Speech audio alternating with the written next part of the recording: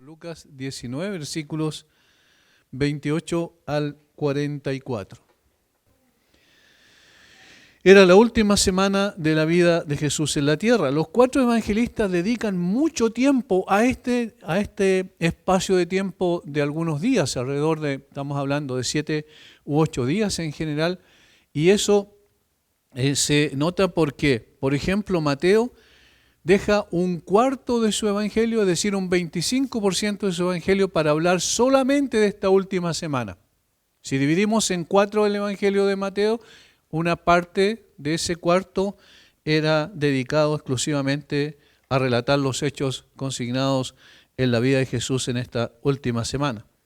Por otro lado, el evangelista Marcos ocupa un tercio, es decir, si dividimos en 3 el evangelio de Marcos, un tercio es dado para hablar sobre esta última semana. Lucas, por su lado, ocupa un quinto de su evangelio. Lucas es el evangelio más extensivo en cuanto a contenido y dedica un quinto para hablar sobre la última semana de Jesús, mientras que Juan, la mitad del evangelio de Juan es dedicado exclusivamente a esta última semana del Señor Jesucristo. Noten cómo eso marca un énfasis ya, una importancia superlativa en comparación al resto de los temas. Por eso yo decía, los milagros de Jesús son las cartas credenciales de que Él era el Mesías, pero la obra de Jesús es la que trasciende los tiempos y las edades. Por tanto, lo que va a suceder desde aquí en adelante, el versículo 28 de Lucas 19 en adelante es crucial para el cumplimiento de todo lo que habían dicho previamente los profetas respecto a sus sufrimientos y las glorias que vendrían tras ellos. Este es el corazón del Evangelio, es el centro del Evangelio y por tanto es la parte más importante que nosotros podemos hablar. De hecho, alguien dijo, si nos dedicáramos toda nuestra vida a hablar sobre la cruz, a investigar sobre la cruz, a enseñar sobre la cruz, nos faltarían muchas vidas para poder hablar lo suficiente de este evento glorioso, histórico, pero que tiene una trascendencia espiritual extraordinaria. El relato de Lucas comienza con un detalle significativo de contexto. Noten el versículo 28. Dicho esto, iba adelante subiendo a Jerusalén. Es muy sucinto lo que dice, no hace una explicación de contexto más general, sino que dice, dicho esto, es decir, se entiende la parábola que acaba de enseñar en los versículos anteriores, iba adelante subiendo a Jerusalén. Desde Jericó a Jerusalén es solo subida, todo el tiempo es subida. Son 25 kilómetros donde solo se va hacia arriba. Por eso siempre cuando se habla de Jerusalén dice que se sube a Jerusalén, en términos geográficos. Pero también en términos espirituales, porque donde estaba el centro de la adoración del Dios verdadero era en Jerusalén, precisamente a través del templo, que era la imagen visible de la presencia de Dios en medio del pueblo. Pero en esto quiero hacer énfasis. Dice, iba adelante. Tratemos de entender y buscar de alguna manera, no vamos a saber perfectamente los sentimientos y las emociones que habían en el corazón del Señor y los pensamientos en cuestión, pero sí a través de esta acción podemos deducir algunas cosas interesantes respecto a lo que Jesús pensaba en ese momento, porque recuerden que Él sabía que la hora había llegado, de tal manera que Él entendía lo que iba a pasar en Jerusalén. No desconocía los hechos que iban a acompañar todo ese proceso hasta la cruz. Iba delante, dice. Jesús sabía perfectamente lo que ocurriría, no había misterio para Él. Para eso había venido desde el cielo, esa era la razón por la cual había descendido de la presencia del Padre. Se acercaba a su muerte en humillación en manos de sus propias criaturas.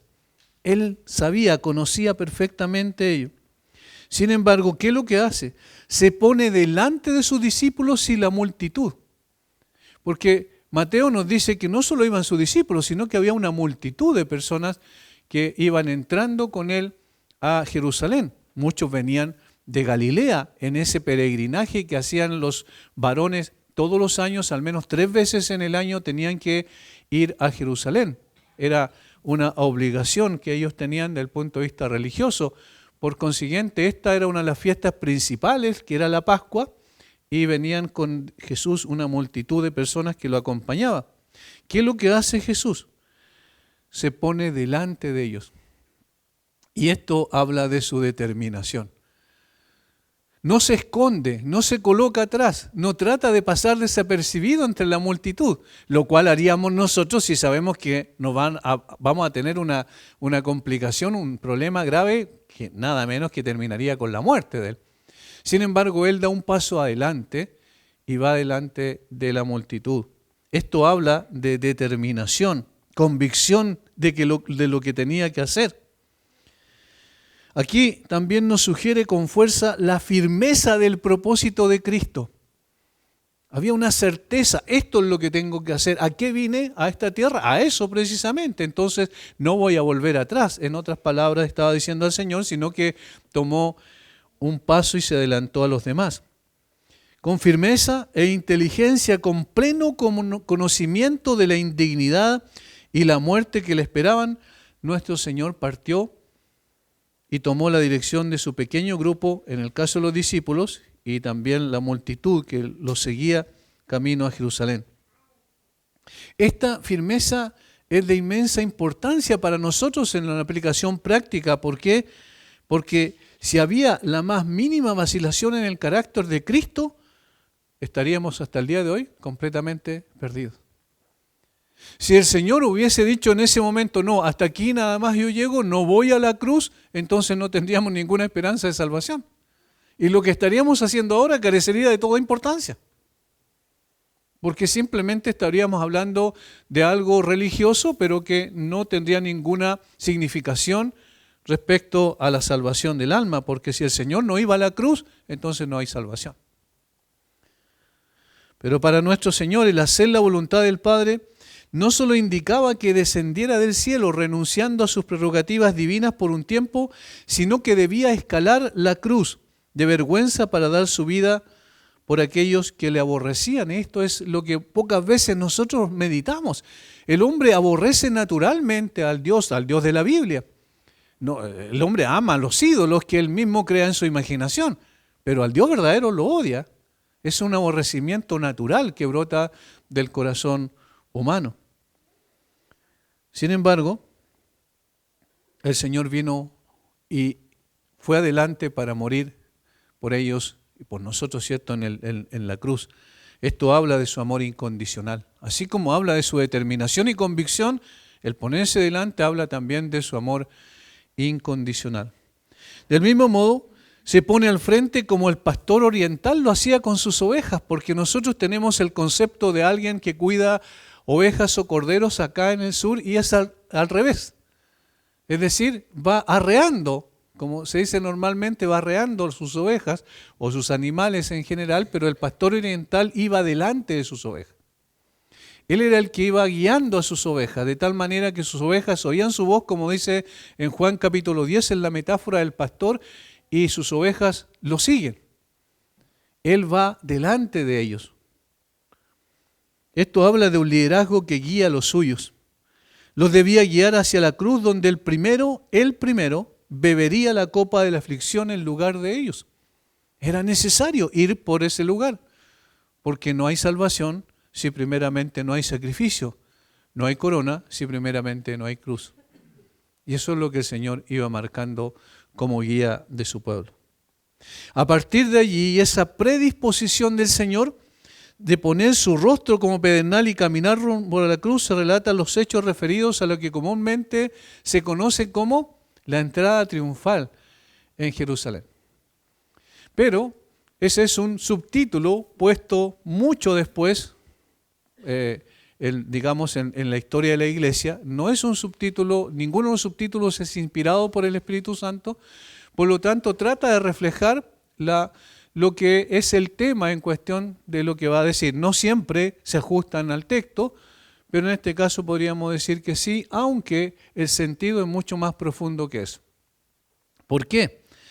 Porque podríamos bien nosotros titular a este párrafo como la recepción del rey, porque por primera vez Jesús públicamente se muestra como el Mesías de Israel. En más de una ocasión, algunas personas que tuvieron interacción con él reconocieron ciertas características en Jesús que él era el Mesías, pero el mismo Señor le dijo que no lo dijeran a nadie. Es decir, todavía no era el tiempo para que pudiese hacer una manifestación pública de que era efectivamente el Mesías. Pero aquí sí, este es el momento donde el Señor, poco antes de ir a la cruz, manifiesta que en efecto era el Mesías. ¿Cómo lo sabemos eso? Porque cuando la gente empezó a hablar de él con frases relativas al Mesías, que solo podían identificar al Mesías, más adelante lo vemos en el párrafo, él no cayó a esas personas.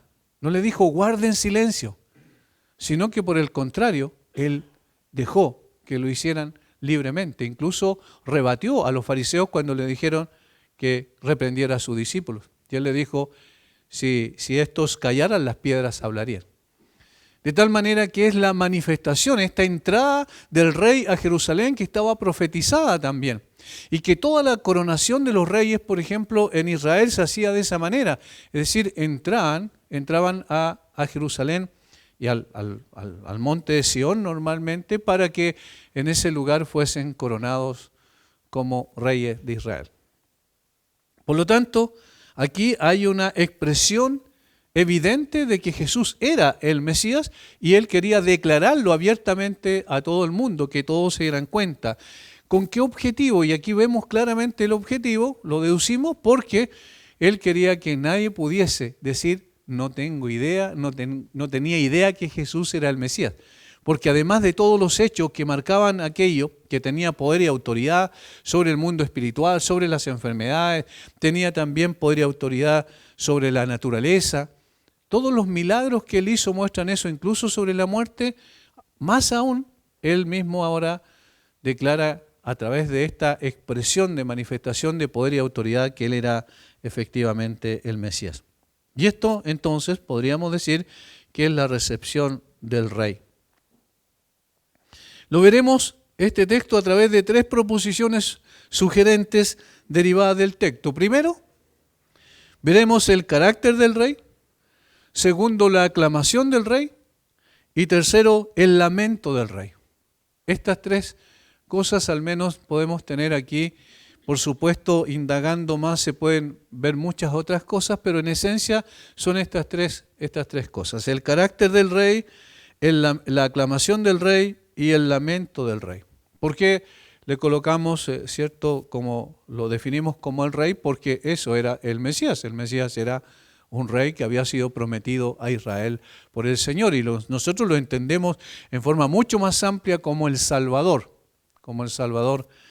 que había venido a su pueblo, pero los suyos vino y los suyos no le recibieron. Y aquí se va a notar eso, aun cuando aparentemente ellos lo reconocieron como el Mesías, pero según su propia predisposición en cuanto al concepto que ellos tenían del Mesías, que no era el adecuado.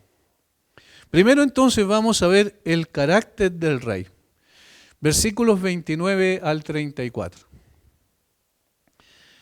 Y aconteció que llegando cerca de Betfagé y de Betania, al monte que se llama de los Olivos, envió 2 de sus discípulos, diciendo, id a la aldea de enfrente, y al entrar en ella hallaréis un pollino atado en el cual ningún hombre ha montado jamás, desatadlo y traedlo.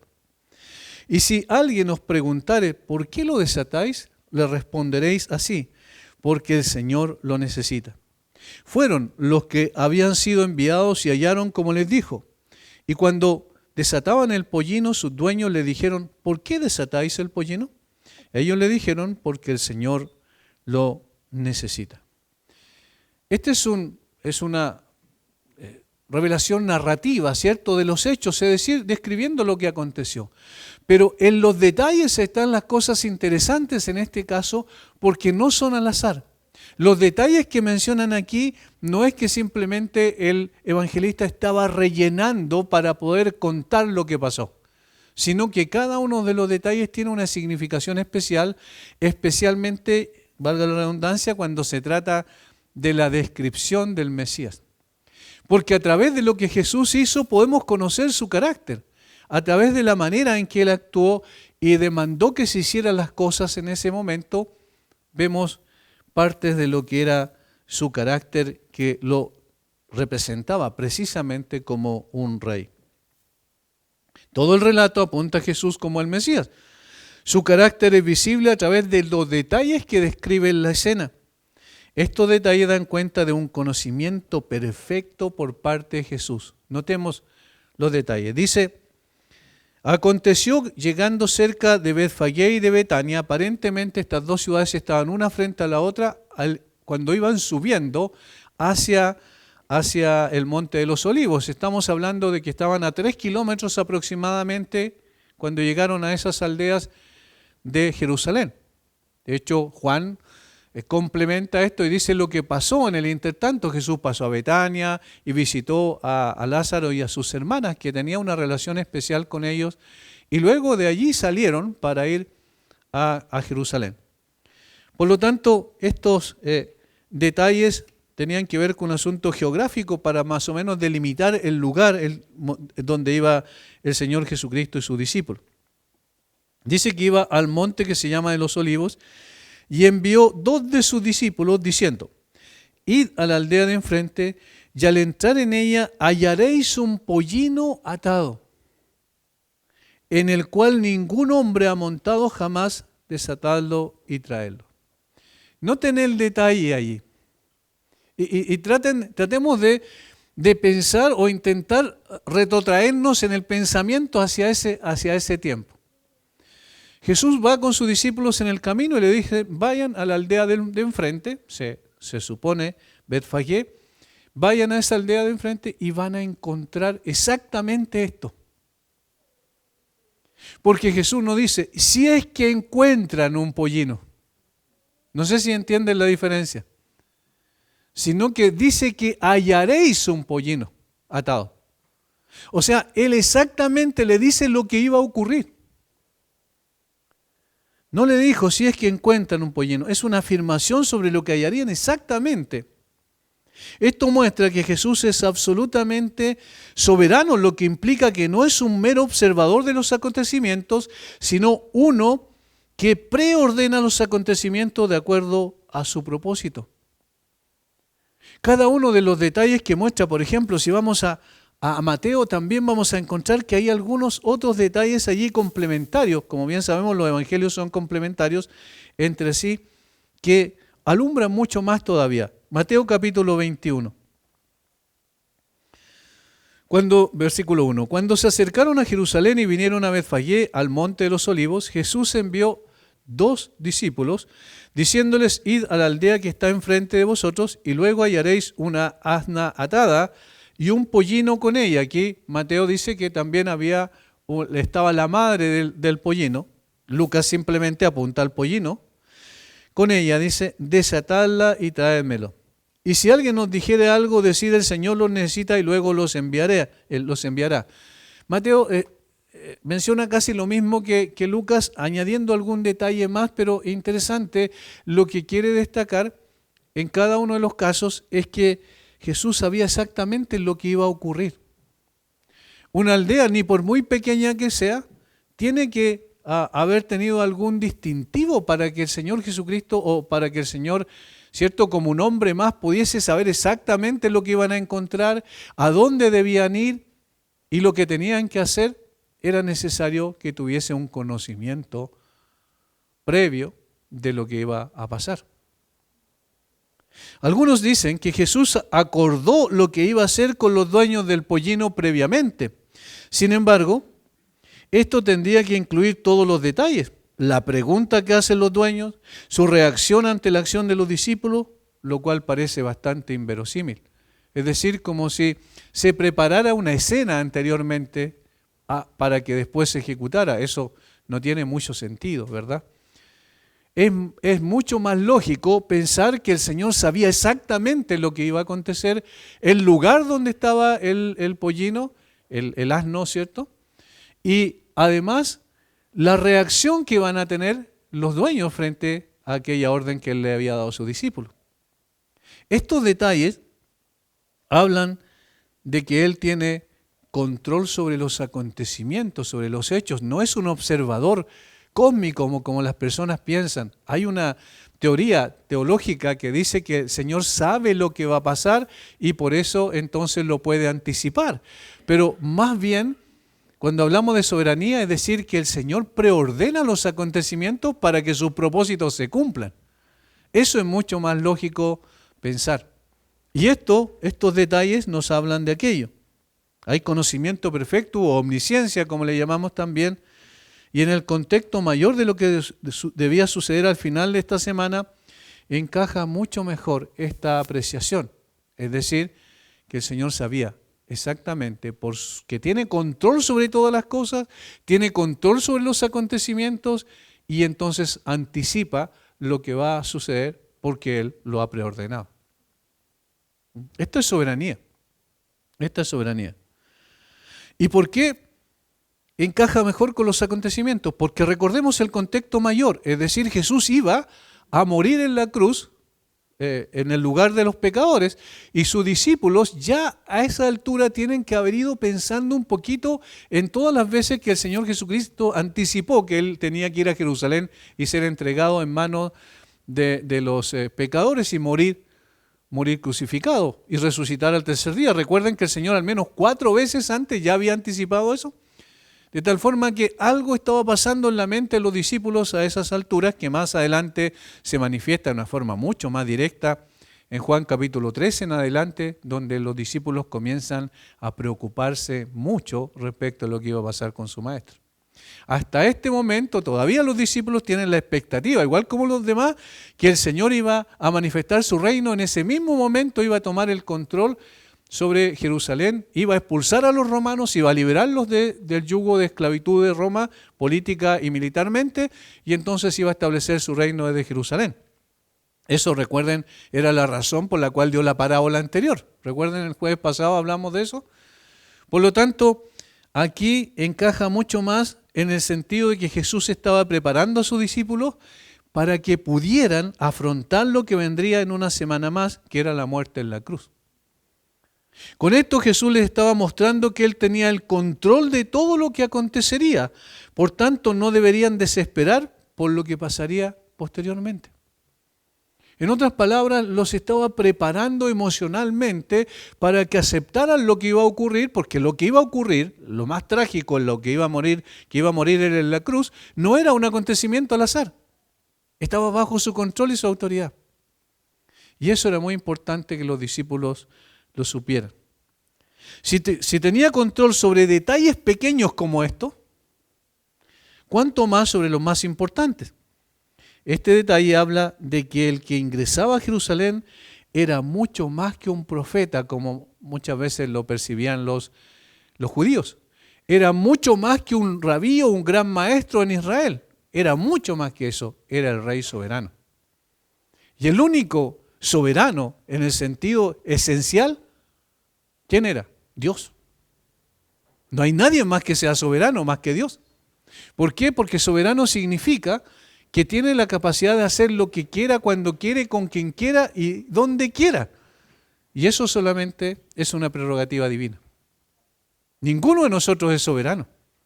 Nosotros podemos tomar decisiones en un sentido, decisiones no tan importantes. Podemos decir, voy a ir y me voy a juntar con los hermanos para estudiar la Biblia, voy a ir a comprar, voy a hacer estas cosas. Esas son decisiones, pero no hablan de una libertad, pero limitada. Nosotros no tenemos soberanía en el sentido absoluto, solamente Dios. ¿Qué refleja entonces este hecho? De que el Señor tenía el control sobre los acontecimientos y por tanto soberanía sobre ellos, que Él era Dios. Eso es claramente notorio en este sentido. El que ingresaba a Jerusalén entonces era el soberano de toda la tierra. Lo que ocurriría no sería un accidente, sino el cumplimiento de un plan perfecto. Jesús es el Rey soberano. Donde tenemos una situación similar, pero ahora ya dicha por los apóstoles, después que el Señor Jesucristo había ascendido a los cielos, había venido el Espíritu Santo sobre ellos en Hechos capítulo 2, pero luego en Hechos capítulo 4, cuando son amenazados para no hablar más en su nombre, se reúnen los discípulos en la casa de María, la madre de Juan Marco, uno de los escritores de los evangelios, Y en ese lugar ellos oran al Señor. Y dicen lo siguiente en Hechos capítulo 4, versículo 23. Noten cómo esto tiene que ver con lo que estamos hablando aquí, que Jesús es descrito como soberano.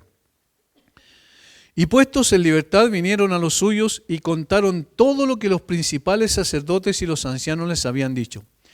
Y ellos, habiendo oído, alzaron unánime la voz a Dios y dijeron, miren lo que primero que dicen, soberano Señor, tú eres el Dios que hiciste el cielo y la tierra, el mar y todo lo que en ellos hay. Que por boca de David tu siervo dijiste, ¿por qué se amotinan la gente y los pueblos piensan cosas vanas? Salmo 2. Se reunieron los reyes de la tierra y los príncipes se juntaron en uno contra el Señor y contra su Cristo. Porque verdaderamente se unieron en esta ciudad contra tu santo Hijo Jesús, a quien ungiste Herodes y Poncio Pilato con los gentiles y el pueblo de Israel, para hacer, ¿qué dice? Cuanto tu mano y tu consejo habían antes determinado que sucedieran. ¿Ven? Que no es un observador cósmico el Señor.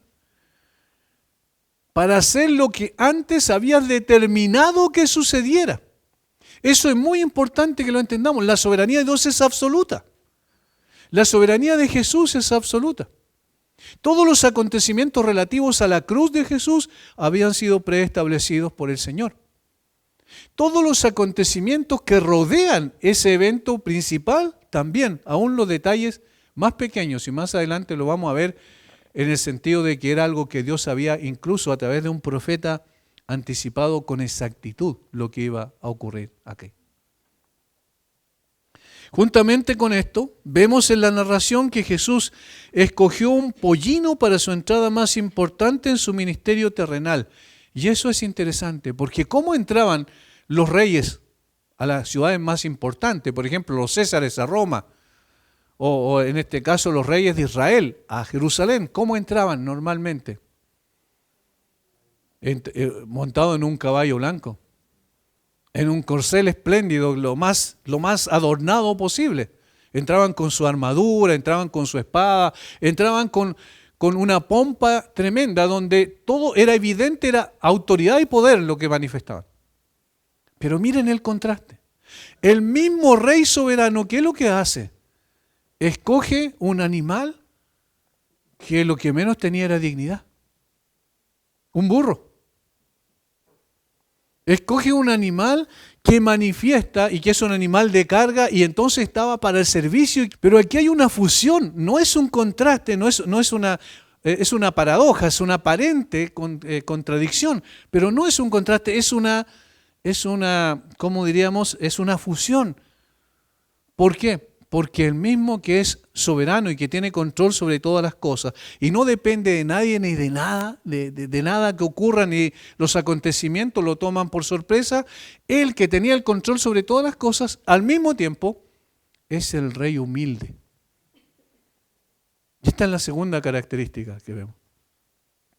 Pero miren cómo es importante en el contexto. ¿Por qué? Porque ¿qué querían los israelitas en general?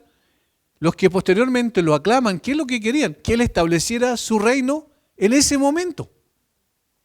Porque tenían un concepto del Mesías terrenal, político, militar, que los liberara del yugo romano. Pero ellos no entendían el carácter mesiánico de Jesús en su primera venida.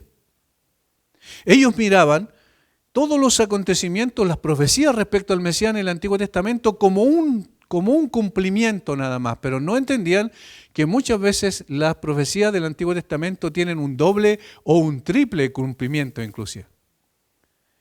Entonces, cuando se hablaba del Mesías en el Antiguo Testamento, tenían características de al menos 12 espacios en el tiempo donde se deberían cumplir. Una era la primera venida y la otra era la segunda venida. Y en la primera venida, ¿cómo venía el Señor? No como un rey que venía montado en un caballo blanco con toda la pompa, ¿cierto?, al entrar a las ciudades para ser coronado, sino que venía en un animal de carga, de servicio. ¿Y qué es lo que dijo el Señor respecto a sí mismo? No he venido a ser servido, sino a servir y dar mi vida en rescate por muchos. Esa es la primera venida. Esa es la finalidad y el propósito de la primera venida. Y al mismo tiempo, si fusionamos las dos características que están aquí, hablamos entonces de las dos naturalezas de Jesús. El Rey soberano, el Dios todopoderoso y el humilde Cordero. O sea, su naturaleza humana. Su naturaleza divina como el Rey soberano, su naturaleza humana como el Rey humilde. Este detalle significativo es muy, muy interesante. Porque ¿cómo es posible que el que era el Rey soberano escogiera un animal de carga de servicio, un burro para entrar a Jerusalén, si era el dueño de todo, absolutamente de todo, y podía entrar como él hubiese querido, con mucha pompa y poder? Sería lógico entonces que usara aquello que más dignidad traería a la vista de los que le seguían y lo vieron descender rumbo a Jerusalén. Pero escogió un animal de carga. Ahora, esta fusión es maravillosa entre el Rey soberano y el humilde Rey que entra en un burro. Ahora, ¿cómo sabemos que en su segunda venida será diferente? Bueno, Apocalipsis, capítulo 19. Aquí está su segunda venida. Miren la diferencia, capítulo 19, versículo 11 en adelante. Por favor, traten de ver el contraste que hay entre una cosa y otra, pero otra vez es complementario. Fíjense, versículo 11 del capítulo 19. Entonces vi el cielo abierto, Juan está hablando, y aquí un caballo blanco, y el que lo montaba se llamaba Fiel y Verdadero. No viene en un asno, ¿cierto? Sino viene en un caballo blanco. Y el que lo montaba se llamaba Fiel y Verdadero, y con justicia juzga y pelea. Y sus ojos eran como llama de fuego, y había en su cabeza muchas diademas, y tenía un nombre escrito que ninguno conocía sino él mismo. Estaba vestido de una ropa teñida en sangre, y su nombre es el Verbo de Dios. Y los ejércitos celestiales, vestidos de lino finísimo, blanco y limpio, le seguían en caballos blancos. De su boca sale una espada aguda para herir con ella a las naciones. Y él las regirá con vara de hierro. Él pisa el lagar del vino del furor y de la ira del Dios Todopoderoso. Y en su vestidura y en su muslo tiene escrito este nombre: Rey de Reyes y Señor de Señores. ¿Es un contraste o no? Total, total. Y esto es lo que viene a hacer en su segunda venida. Viene como aquel que tiene poder y autoridad absoluta sobre todo, entra en un corcel blanco o desciende en un corcel blanco y con su espada aguda, es decir, con un arma con el propósito de poder regir a las naciones. Dice que sus ropas estaban teñidas en sangre porque viene a juzgar a las naciones. ¿Notan la diferencia? Y por eso entonces estos detalles son interesantes aquí respecto a la elección de un asno en lugar de la elección de un caballo. Otro detalle salta a la vista que es significativo cuando Jesús envía a sus discípulos a buscar el pollino, les dice: y si alguien os preguntare, ¿por qué lo desatáis?, le responderéis así: porque el Señor lo necesita. Versículo 31. Y así lo hicieron. Versículo 34. Primero, los discípulos no cuestionan una orden un tanto enigmática. Pensemos en la orden que le da Jesús. ¿Por qué es enigmática? Porque no es muy lógico ir a una aldea, a una casa que no sabían cuál era, o el patio de una persona que no conocían.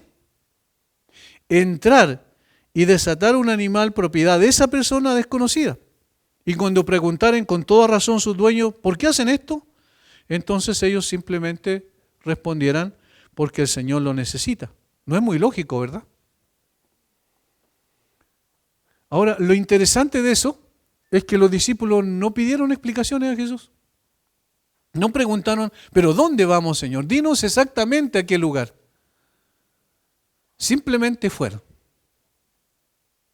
Simplemente se sometieron. Y aquí entramos a descubrir el carácter o la característica que se menciona aquí respecto al Mesías. La razón por la cual los discípulos simplemente obedecen, porque Él es el Señor. El Señor lo demandaba. El Señor demandó que aquello fuera así, aunque no tenían una percepción total sobre quién era Jesús, los discípulos, sin embargo, ellos sabían que Él tenía autoridad y entonces podía mandar. Y ellos estaban dispuestos a obedecer, de hecho, por eso eran sus discípulos. Es también interesante que el dueño del animal aceptó sin cuestionamiento que el Señor lo necesitaba. No cuestionó eso. ¿No parece también un poco raro? Por supuesto que detrás de toda la escena aquí hay una intervención sobrenatural. Alguien puede decir, bueno, pero ellos probablemente sabían de Jesús, pero ni siquiera aquí le dice, Jesús lo necesita, sino el Señor lo necesita. Y esa descripción es interesante porque aunque la palabra Señor se usaba como una expresión de respeto también en ese tiempo como se usa en el día de hoy, pero para los judíos tenía una connotación más profunda. Porque cuando se trataba de mostrar autoridad, ellos apelaban a Dios como el Señor. De hecho, la palabra que describe el nombre de Dios, el nombre personal del Dios verdadero es IHWH. Como bien sabemos, el lenguaje hebreo era consonantal, después fueron creadas las vocales mucho tiempo después de Cristo. Entonces, esas 4 letras eran las que describían al Señor. Y ellos, los israelitas, tenían un temor muy grande de poder tomar el nombre de Dios en vano, según el mandamiento. Y entonces, ¿qué hicieron? Le llamaron muchas veces Adonai. En lugar de llamarle por el nombre IHWH, le llamaron Adonai. Y Adonai significa dueño, señor, amo. Entonces, cuando ellos querían mostrar que había autoridad, ellos decían Adonai. Eso implicaba que Él era el dueño, era el Señor, era el amo y por tanto podía ser como Él quisiera. Entonces, cuando estas personas reciben esta respuesta porque el Señor lo necesita, ellos inmediatamente lo dejan ir. Esta es una tercera característica. El rey tiene autoridad. El rey es soberano, el rey es humilde y el rey tiene autoridad. Todos estos detalles recalcan el carácter del Mesías de una manera significativa. Mateo añade otra cosa que apunta a que todos estos detalles eran el cumplimiento del plan de Dios conforme a lo que había sido anunciado en el Antiguo Testamento. Vamos a Mateo 21, versículos 4 y 5. Mateo 21, versículos 4 y 5. Miren, Mateo 21, versículos 4 y 5. Todo esto aconteció, miren, Mateo siempre citaba el Antiguo Testamento para decir, esto es cumplimiento de lo que Dios ya había dicho. Todo esto aconteció para que se cumpliese lo dicho por el profeta cuando dijo, decid a la hija de Sión, he aquí tu rey viene a ti, manso, sentado sobre un asna, sobre un pollino, hijo de animal de carga. Acuérdense de lo que yo les dije de los detalles. Es decir, los detalles son importantes en la narración. Y aquí Mateo está diciendo que son importantes porque esto había sido predicho por los profetas de Dios. Había sido profetizado con exactitud. Es extraordinario esto. ¿Y a dónde estaba apuntando? Estaba apuntando a Zacarías capítulo 9, versículo 9. Zacarías 9:9. Es uno de los profetas post-exílicos, como se conocen, y aquí dice claramente lo siguiente. Ahora, notemos cómo no dice todo, no cita todo el versículo Mateo, sino que una parte nada más.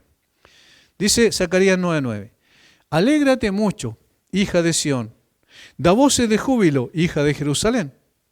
Y aquí tu rey vendrá a ti, justo y salvador, humilde y cabalgando sobre un asno, sobre un pollino de asna. Noten cuántas descripciones. Dice, tu rey vendrá a ti, justo, salvador, humilde. Menciona estas 3 cosas. Y la última se asocia con el animal que iba a montar. cabalgando sobre un asno, sobre un pollino, hijo de asna. El detalle es muy interesante porque está hablando de lo que mencionamos anteriormente, describe la humildad de Cristo en su primera venida. Pero ¿qué deja de lado? Justo y Salvador, deja de lado Mateo, porque el propósito de él era mostrar cómo estos detalles se cumplían perfectamente en la entrada de Jesús a Jerusalén.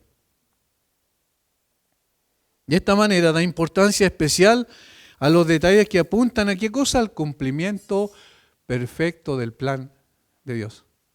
Todo esto era lo que contenía los acontecimientos pocos días antes de que Jesús muriera en la cruz. Vemos entonces, pasamos a lo segundo, que viene siendo la aclamación del rey. Versículos 35 al 38. Y lo trajeron a Jesús, y habiendo echado sus mantos sobre el pollino, subieron a Jesús encima. Y a su paso tendían sus mantos por el camino. Cuando llegaban ya cerca de la bajada del monte de los Olivos, toda la multitud de los discípulos, gozándose, comenzó a alabar a Dios a grandes voces por todas las maravillas que habían visto, diciendo: bendito el Rey que viene en el nombre del Señor, paz en el cielo y gloria en las alturas. Nosotros podríamos decir, qué maravilloso, por fin reconocieron a Jesús como el Mesías. Porque todas esas aclamaciones apuntan a Jesús como el Mesías. Es decir, en otras palabras, estos hombres entendieron que Jesús era quien decía ser. Pero la verdad es que el concepto que ellos tenían del Mesías era distinto. De tal forma que lo reconocieron externamente como el Mesías, pero no tenían la percepción espiritual para entender que el Mesías venía no a liberarlos físicamente, sino a liberarlos espiritualmente. Y eso es el problema, por la cual podemos decir, estamos contentos que aclamaron a Jesús como rey. Sí, efectivamente, pero hay un problema, que ellos entendían que el rey que ellos esperaban y que esperaban que Jesús fuera él, era totalmente distinto al rey que venía como el Mesías de Israel. Cuando llegaban ya cerca de la bajada del monte de los Olivos, toda la multitud de los discípulos, gozándose, comenzó a alabar a Dios a grandes voces por todas las maravillas que habían visto. Eso es lo primero, la primera razón por la cual lo aclaman. Por todas las maravillas que habían visto. Y ahí se contempla, por ejemplo, la resurrección de Lázaro, ahí se contemplan las sanidades que hizo el Señor Jesucristo a los ciegos, ¿cierto? Poco antes de cuando estaba en Jericó todavía, y otros muchos milagros que seguramente habían visto estas personas desde Galilea, que habían seguido a Jesús y habían visto que el Señor sanó a muchas personas y en consecuencia ellos alababan al Señor por las obras que Él había hecho. Alababan a Dios, dice, por las obras que había hecho. Ellos entendían, por las maravillas que habían visto hacer a Jesús, que podría ser el Mesías prometido. De allí la aclamación que le brindaron al descender a Jerusalén. Sin embargo, ellos creían que si era el Mesías, venía a establecer su reino y liberarlos del yugo romano. Había, según su percepción, llegado el tiempo en que el Mesías tomaría su lugar como tal, pero no era esa la verdad. Otra cosa significativa es que ellos lo aclaman como el Rey que viene en el nombre del Señor. Y aquí ya se acerca mucho más al concepto de lo que era el Mesías, porque el Mesías no venía en su propio nombre, sino venía en el nombre de Dios. El Rey que viene en el nombre del Señor. Ahora ponen su mirada en la persona del Señor y lo describen como el Rey que viene en el nombre del Señor. Esta es una cita del Salmo 118, versículo 26. Había algo que hacían en las tres fiestas principales los judíos, que leían el Jalel, que se llamaba. Y era el Salmo 113 al Salmo 118. Y el Salmo 118 era con el que terminaban normalmente. Y el versículo 26 era la aclamación del Mesías. ¿Y qué decía? Bendito el que viene en el nombre del Señor. Por lo tanto, lo que estaban haciendo los judíos aquí es citando un texto mesiánico para reconocer que Jesús era, porque decían bendito el que viene, el que va entrando en ese caso, el que viene en el nombre del Señor. Mateo señala que la multitud también gritaba Hosana al hijo de David. Hosana, el hijo de David. Hosana en las alturas. Hosana significa salva ahora, Señor. Mientras hijo de David es un título para el Mesías. O sea, todo lo que decían tenía que ver con el Mesías. Entonces por eso decimos, lo podían reconocer, qué bueno que lo reconocieron como tal. No había duda de que la multitud, al menos la mayoría, reconocían que Jesús era el Mesías. Sin embargo, habían entendido incorrectamente su misión. Ellos no pedían que el Señor les salvara de sus pecados cuando decían, salva ahora. No estaban pensando en sus pecados. Estaban pensando en salvación política. Estaban pensando en liberación física, no liberación espiritual. Entonces ellos usaron esas palabras que tenían que ver con la salvación espiritual para aplicarla a la salvación física. Por eso es importante entender esto. El concepto que tenían de la misión de Jesús era totalmente distinto al que Jesús venía a cumplir. Del mismo modo, el grito de aclamación, paz en el cielo y gloria en las alturas, era debido a que ellos creían que Israel no tendría paz mientras estuviera bajo la autoridad de una potencia extranjera gentil. Y la única forma en que podrían tener paz era que su Salvador, físicamente hablando, el Mesías, pudiese liberarlos de esa esclavitud. Entonces, cuando ellos dicen paz, utilizan esta palabra, no tiene que ver con la paz interior, no tiene que ver con la paz con Dios, que es la que más adelante se explica, ¿cierto?, en las cartas. La paz con Dios por medio de nuestro Señor Jesucristo. Jesucristo era el que traía la paz, la reconciliación con Dios, que traía como consecuencia la paz con Dios. Pero ellos entendían la paz no en ese sentido, sino en un sentido externo. Por lo tanto, cuando ellos proclaman esto, dicen paz en el cielo y gloria en las alturas, ellos estaban pensando en una gloria terrenal y en una paz relativa a la ausencia de conflictos externos. ¿Notan cómo interpretan mal? ¿Y cómo sabemos eso? Porque posteriormente no cabe duda que alguno de ellos, al menos un grupo de ellos, no sabemos cuánto, pero eran los que posteriormente cuando Pilato dijo, ¿qué hago con este hombre respecto a Jesús? Y esas personas gritaron, crucifícale. O sea, las mismas personas, o algunas al menos de las personas que estaban aclamando a Jesús acá, después lo están condenando allá. Porque solamente tenían una concepción superficial.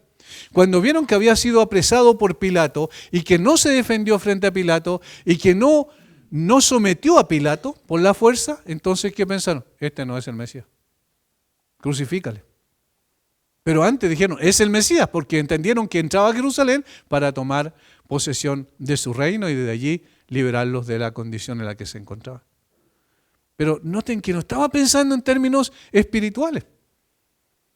Y hermanos, es una situación similar a lo que pasa en el día de hoy cuando se dice ven a Cristo y entonces tus pecados, tus problemas van a desaparecer. No vas a tener ningún tipo de dificultad. Estas personas que inescrupulosamente prometen prosperidad económica, las personas si vienen a Cristo están mintiendo en forma flagrante. Jesús no vino a hacer rico al hombre, Jesús vino a dar paz con Dios. Jesús no vino a ofrecer grandes cosas y la satisfacción y felicidad en esta tierra. Jesús vino a eliminar el problema que había con el Señor, a quitarlo del medio para que tuviésemos una relación con Dios que permanezca por la eternidad. Esa es la razón por la cual vino. Entonces no es algo físico que Él ofrece, es algo espiritual. Ofrece la verdadera paz y la verdadera gloria. Noten cómo ellos estaban completamente equivocados. A pesar de que lo reconocieron, por todo lo que vimos, Él tiene que ser el Mesías, dijeron en otras palabras. Con todas las expresiones que mencionan los evangelios al respecto, muestran que ellos tenían una percepción correcta en términos externos, pero no entendían la misión espiritual de Jesús. Y eso es lo que tenían que ser posteriormente, con toda seguridad también, parte de la tristeza que se manifiesta en el Señor en el versículo 41. Pero es interesante cómo lo del versículo 41 en adelante, una de las razones, lo más probable por la cual Jesús lloró sobre Jerusalén, fue precisamente esta: no comprenden quién soy yo. no tienen idea. Y ellos están endurecidos en sus corazones y están cegados su entendimiento, su comprensión espiritual. Por eso no saben la razón por la cual vine. Damos gracias al Señor porque el Señor abrió nuestros ojos cuando estábamos igual de ciegos como ellos, para que pudiésemos ver a Cristo como realmente es, el Redentor de nuestra alma. Padre, muchas gracias por tu palabra.